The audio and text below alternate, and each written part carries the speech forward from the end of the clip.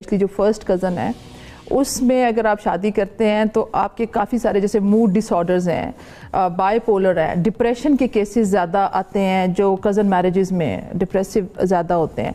तो ये भी है कि कज़न मैरिजेस तो नॉर्मल शादियों में भी होता है और जेनेटिक डिसऑर्डर्स भी होते हैं। नॉर्मल शादियों में भी डिप्रेशन, मतलब कज़न के अलावा जो शादियां होती हैं जिसमें लोग कज़न नहीं होते उसमें भी तो होता है कि मूड स्विंग हो रहा है या डिप्रेशन हो रहा है। आप जो बात कर रहे हैं ना वो इस तरह बात कर रहे हैं कि वो एनवायरमेंटल फैक्टर होता है। मैं जो आपको ये बता रही हूँ कि इसमें जेनेटिक फैक्टर्स भी इन्वॉल्व हो जाते हैं। मतलब क्या आप अपनी कज़न से शादी कर रहे हैं, आपने निकाहनामा साइन की राय में कज़न मैरिज के जरिए जो रिसेसिव अलील्स होती हैं वो डोमिनेंट हो जाती हैं, जिससे बहुत सारे जो जेनेटिक डिसऑर्डर्स हैं जिनमें हेमोफीलिया है, थैलेसीमिया है और उसके अलावा ये बच्चे बड़े होकर ज्यादा प्रोन होते हैं हाइपरटेंशन के, पेप्टिक अल्सर के, क्रोनिक हार्ट डिजीज के, ऑस्टियोपोरोसिस के। उसके बावजूद मुआशरे में जो कज़न मैरिज का रिवाज है वो इस पंजाबी मुहावरे की वजह से शायद ज्यादा है कि अपना मारे तेवी छावे सुटता है। लेकिन मसला यह है कि पाकिस्तान के अंदर कज़न मैरिजेस में भी तलाक की रेशो उतनी ही है जितनी कि नॉन कज़न मैरिजेस में।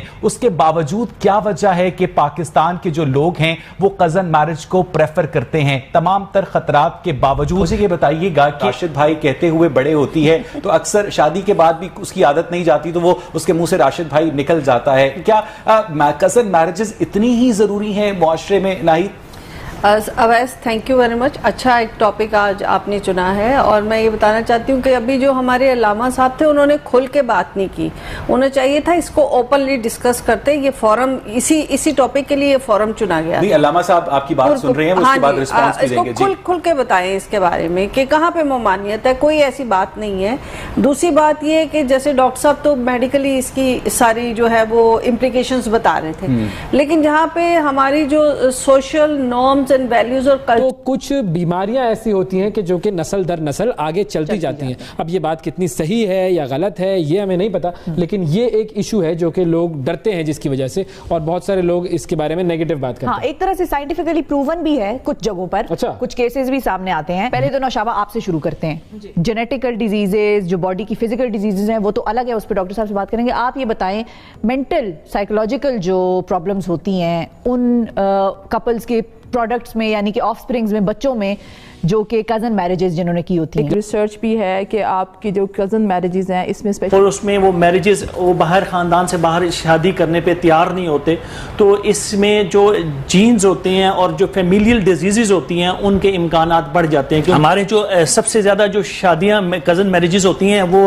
जो ममालिक हैं उसमें पाकिस्तान, उसमें Muslim community, not Hindu community. जी बिल्कुल। और जो मशरिक़ वस्ता के जो ममालिक हैं जितने, उनमें ख़ास तौर पर ये सऊदीया और ये सारे जो इन कंट्रीज़ में कज़न मैरिजेस बहुत ज्यादा है और इन्हीं में जो आगे पेचीदगी हैं वो बहुत बढ़ गई। ठीक है डॉक्टर, कज़न मैरिज के हवाले से गुफ्तगू कर रहे थे, वो मेडिकल एस्पेक्ट के हवाले से गुफ्तगू कर रहे थे, लेकिन मैं चाहूंगा कि आप थोड़ा सा कज़न मैरिज के सोशल एस्पेक्ट के भी ऊपर बात करें कि एक लड़की जिसको नेशनल मैथ्स ओलंपियाड या स्पेलिंग बी जैसे कॉम्पिटिशन्स होते हैं तो उसमें भारत से ताल्लुक रखने वाले बच्चे पूरी दुनिया के बच्चों को आउट परफॉर्म करते हैं, और उसकी वजह सिर्फ और सिर्फ ये बताई जाती है माहिरीन की जानिब से कि उनका आईक्यू लेवल दुनिया के बकिया बच्चों के आईक्यू लेवल से ज्यादा होता है। और याद रहे कि भारत के अंदर जो हिंदू फैमिलीज हैं जिनके बच्चे इन कॉम्पिटिशन्स में आते हैं, साइंस कॉम्पिटिशन्स में आते हैं, वो कज़न मैरिजेस के सख्त खिलाफ हैं। वो कज़न मैरिज को इंसेस्ट तस्वुर करते हैं। इसी तरह चीन में भी कज़न मैरिज के ऊपर पाबंदी है। North Korea, south Korea, Philippines और अमेरिका की बेशतर रियासतों में भी कज़न मैरिज के ऊपर पाबंदी है, क्योंकि माहिरीन आ जाता है। तो आप देखिए पाकिस्तान में एटलीस्ट जो है ना ये 25% जो है हमारे फर्स्ट या सेकंड कजन्स मैरिज होती हैं। इसके ऊपर जो मेन इफेक्ट्स आ रहे होते हैं वो होते हैं इकोनॉमिकल, कल्चरल और दूसरा रिलीजियस जो कास्ट सिस्टम है कि हमने अपनी कास्ट के अंदर शादी करनी है, दूसरा हमने जमीन बाहर नहीं देनी। अच्छा उवैस, आपकी शादी हो गई है? हो गई। अच्छा, तो इतना ऑन एयर बोल रहे हैं तो इतना कान में बोल रहे हैं। मैं समझा किसी को पता नहीं चलेगा, मैं आराम से बोल रहा था। नहीं सबको पता चल जाएगा। सबको पता लग गया। अच्छा, जिनसे हुई है शादी जी, वो आपकी क्या लगती थी? वो फैमिली फ्रेंड्स।